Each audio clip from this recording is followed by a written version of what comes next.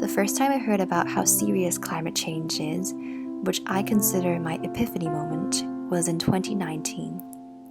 I was awakened by the news about how we only had 11 years to curb global CO2 emissions before a chain reaction would occur, which means that its adverse effects on the climate would be irreversible. At that time, I was dealing with other mental health issues, and upon learning about the ecological breakdown, my anxiety about the crisis soared from an innocent 0 to a full-on 1,000. It felt as though a catastrophe could happen at any second. The scorching heat in my hometown didn't help either.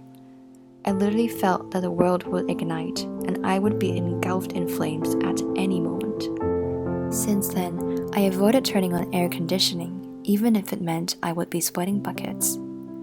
My anxiety got to a point where even switching on lights or the thought of there being CO2 in my breath terrified me, because that would generate emissions, which would then worsen climate change.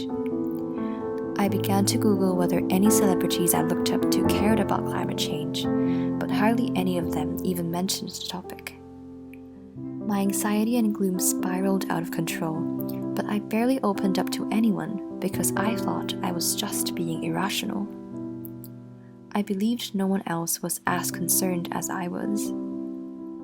I became frustrated, wondering why seemingly simple solutions, such as everyone carrying around a CO2 absorber, were not already implemented.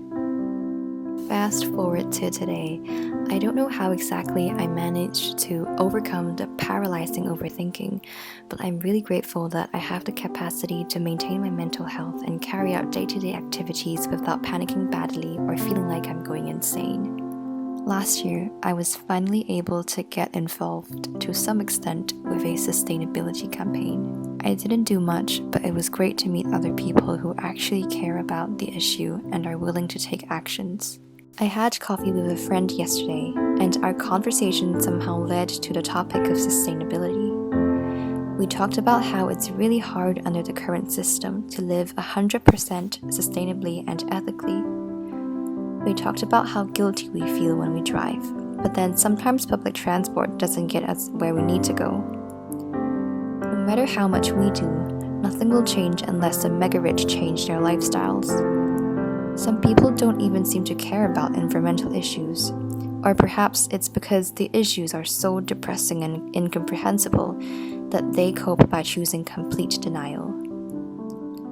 But both me and my friend still wanted to do our part, even if it doesn't immediately change the bigger picture.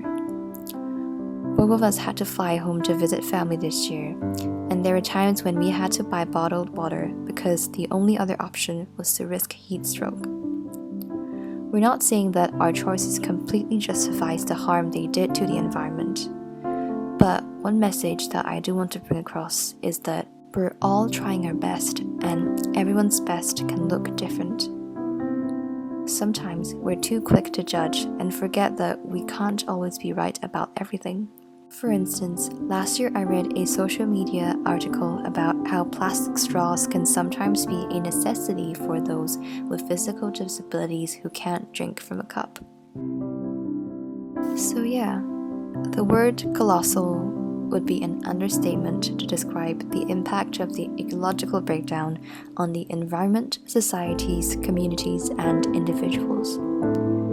As someone who lives in the global north, in a country where it's still possible to run outdoors for hours without collapsing from the heat, and not having to rely on air conditioning for now, these privileges that I have make me feel incredibly fortunate. To be honest, I feel somewhat guilty to talk about eco-anxiety when I myself have not been directly physically impacted by the climate crisis apart from experiencing prolonged heat.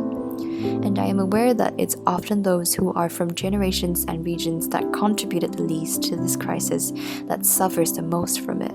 I just really hope that my actions and choices are somewhat making a difference. How do I balance my climate or ethical decisions against practicality and my psychological well-being? Well, I don't have a complete answer, and circumstances change all the time. But one goal I'm setting for myself this year is to be gentle, compassionate, live beautifully, and continue doing my best, one day at a time. if you're struggling too, I want to let you know that we are in this together.